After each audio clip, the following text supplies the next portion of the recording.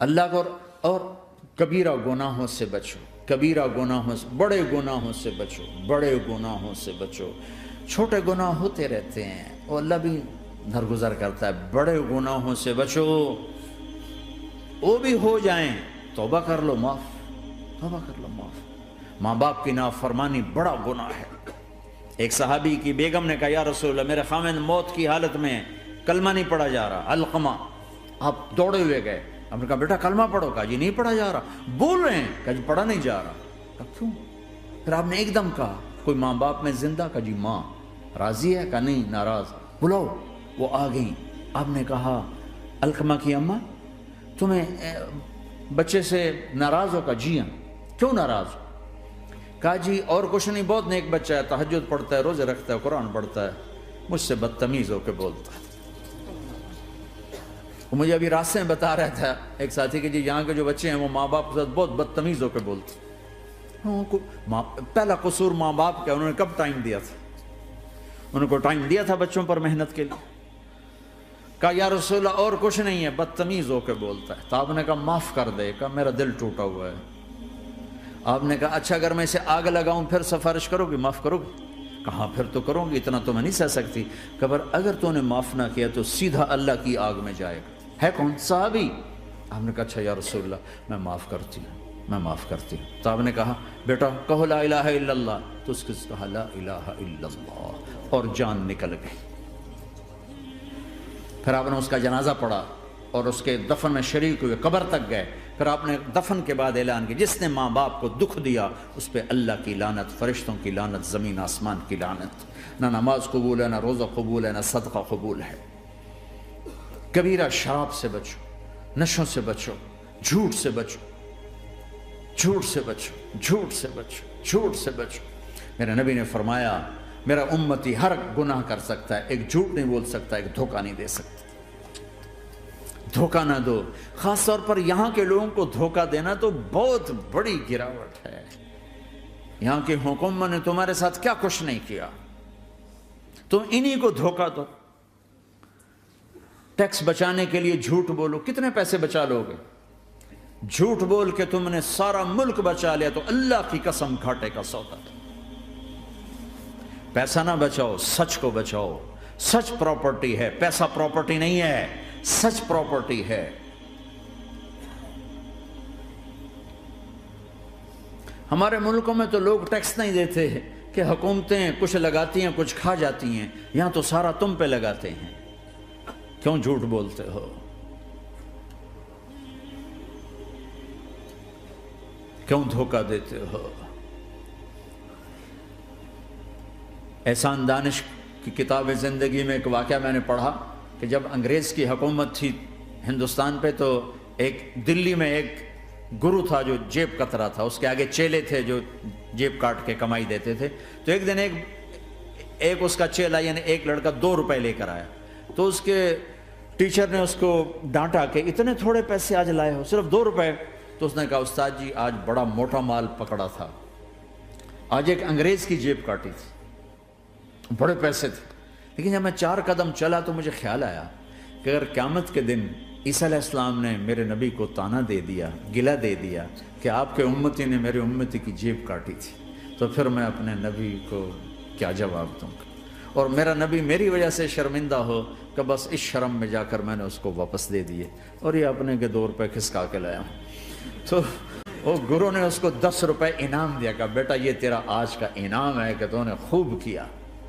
تو تمہارا ان لوگوں سے واسطہ ہے، عیسیٰ علیہ السلام طعنہ دے بیٹھے تو کدھر جاؤ گے؟ جھوٹ نہ بولو چاہے سب کچھ دینا پڑ جائے، جھوٹ بول کے پیسہ نہ بچاؤ، دھوکہ دے کے کاغذات نہ بناؤ۔ یہاں کی لڑکیوں سے اس لیے شادی کرنا کہ میرے کاغذات بن جائیں، اللہ کے واسطے ایسی ذلت کے کام نہ کرو۔ میرے نبی نے فرمایا جس نے دھوکہ دیا میری امت سے نکل گیا۔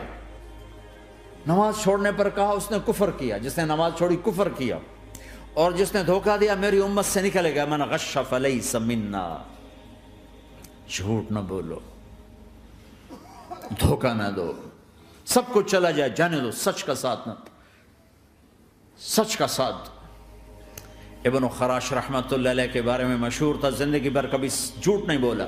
حجاج کا زمانہ، ان کے 2 بیٹے حجاج کے خلاف جنگ میں شریک ہو گئے، پھر ان کو شکست ہو گئی، وہ بھاگ گئے، پھر چھپتے چھپاتے گھر پہنچ گئے، سی آئی ڈی نے بتایا کہ وہ گھر آ گئے، تو حجاج نے کہا آج ابن خراش کا امتحان لوں گا۔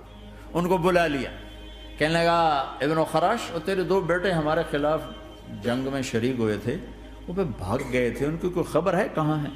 تو انہوں نے مسکرا کر فرمایا کہ حجاج، زندگی موت تو اللہ کے ہاتھ میں، گھر آ چکے ہیں، گھر میں ہیں، ابھی یہیں چھوڑ کے آیا ہوں۔ تو حجاج نے کہا تیرے سچ پر تیرے بیٹے تجھے ہدیہ کرتا ہوں، اگر تو جھوٹ بولتا تیرا سر بھی اڑا دیتا، تیرے بچوں کا سر بھی اڑا دیتا، تیرے سچ پہ تجھے تیرے بیٹے تحفہ دیتا۔ مسلمان جھوٹ نہیں بولتا، چند پاؤنڈ کی خاطر تم کاغذات میں ہیرا پھیری کرو، ڈرو اس دن سے جس دن اللہ کے سامنے کھڑا ہونا ہے۔ یہاں کے پیپر بنانے کے لیے یہاں کی لڑکیوں کو دھوکہ دو، ڈرو اس دن سے جس دن اللہ کے سامنے کھڑے ہونا ہوگا۔ عیسیٰ علیہ السلام کا تانا اگر گلا آ گیا نبی کو تو کدھر جاؤ گے؟ سچ کے ساتھی بنو، سچ کے ساتھی بنو، سچ کے ساتھی بنو۔ ٹیکس دینا پڑے دو، دنو، تم پہ خرچ ہوتا ہے۔ ایک طرف 4 پیسے ہیں، ایک طرف سچ ہے، کہ مسلمان سچ بولتا ہے، جھوٹ نہیں بولتا۔ ایک دفعہ سہارنپور میں جھگڑا ہو گیا، ایک جگہ تھی ہندوؤں کی، مسلمانوں نے قبضہ کیا ہوا تھا، تو ہندوؤں نے کیس کر دیا، انگریز کا زمانہ تھا، عدالت،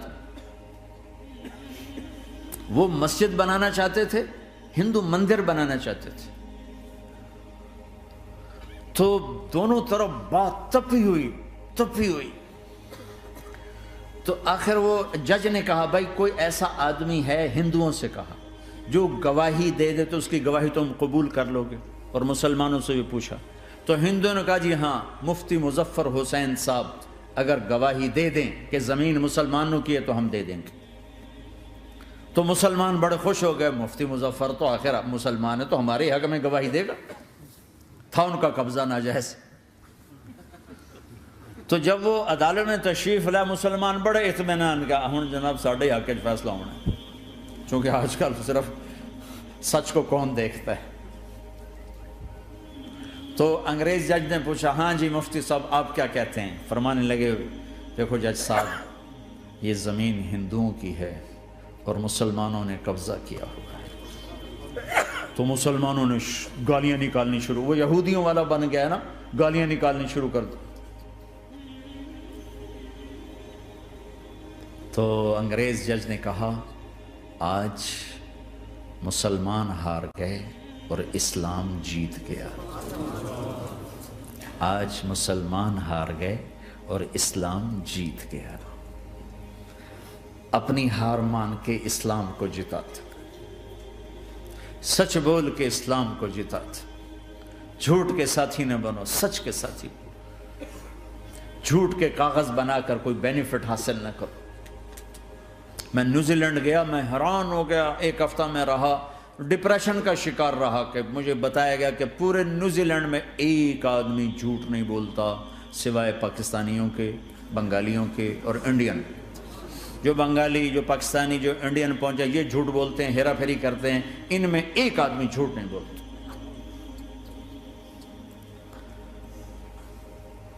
سچ تو ایک عالمی صفت ہے، جو اللہ کو نہیں مانتا وہ بھی کہتا ہے سچ بہت اعلیٰ چیز، اور تمہیں تو تمہارا نبی کہہ رہا ہے الصدق ینجی والکذب یہلک، سچ نجات دیتا ہے، جھوٹ ہلاک کرتا ہے۔ آپ تشریف لے جا رہے تھے، آپ کو آواز آئی یا رسول اللہ، آپ نے ادھر ادھر دیکھا، کوئی نظر نہیں آیا، پھر آواز آئی یا رسول اللہ، پھر آپ نے دیکھا تو ایک ہرنی آپ کو پکار رہی تھی، ہرنی، وہ بندھی ہوئی رسی کے ساتھ۔ تو آپ اس کے قریب گئے، کیا ہوا؟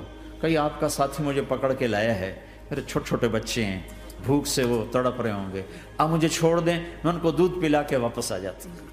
اب وہ پرائی چیز ہے، تو آپ نے کہا اگر تو واپس نہ آئی تو پھر، کہ اگر میں واپس نہ آئی تو اللہ مجھے آگ میں ڈال دے، جہنم۔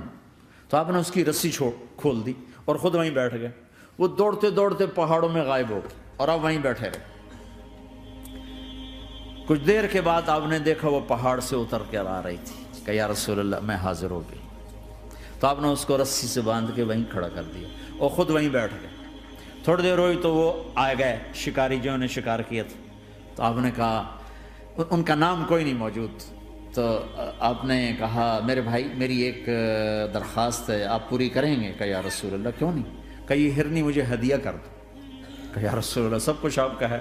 کہ بس مجھے ہرنی چاہیے. کہ آپ لے لیں. تو آپ نے اس کی رسی کھولی کہ جا بیٹی اپنے بچوں کے پاس موج کر. سچ نجات دیتا ہے, جھوٹ ہلاک کرتا ہے.